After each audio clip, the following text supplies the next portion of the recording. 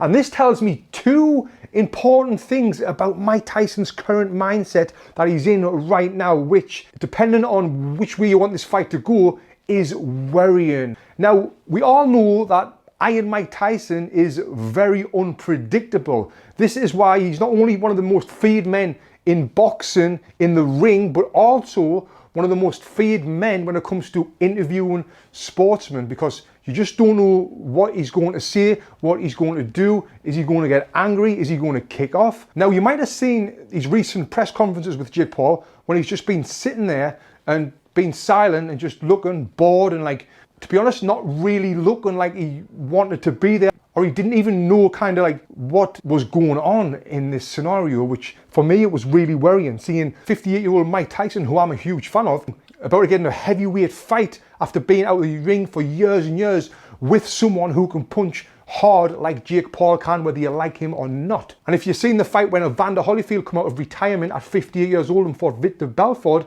Evander Holyfield was absolutely awful. He couldn't really move his feet, he couldn't throw the punches. As soon as he got hit, he got hurt. And this is one of the things that is really worrying me with Mike Tyson. And before I talk about the slap and why I think he did it, I just want to say one of the worrying things now with Mike Tyson in this fight is his punch resistance will not be there.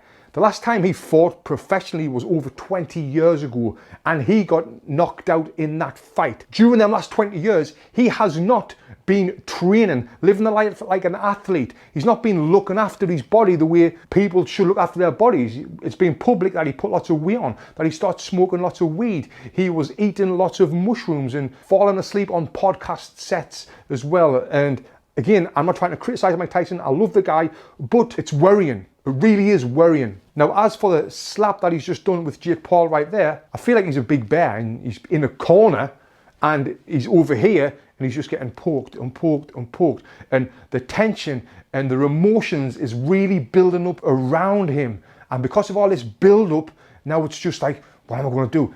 And it's getting to the final moments before the fight, and that's when he's just slapped him and lost his temper. Now he's going to be bringing that energy into the ring, which makes him dangerous for the first part of the fight, which I think we already knew. Mike Tyson is going to be dangerous. He's Mike bloody Tyson. But as soon as that bell goes, Mike Tyson is just going to be smothering Jake Paul and trying to knock him out, which you would expect. He's not going to be trying to box him and look flashy, and he's going to try and knock him out.